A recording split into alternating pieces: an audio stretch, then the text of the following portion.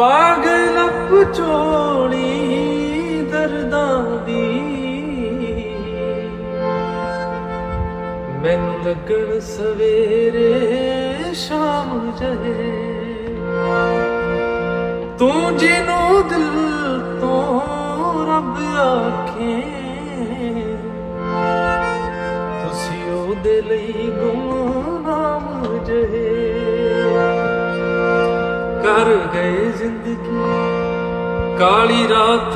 ਜਹੀ ਕਰ ਗਏ ਜ਼ਿੰਦਗੀ ਕਾਲੀ ਰਾਤ ਜਹੀ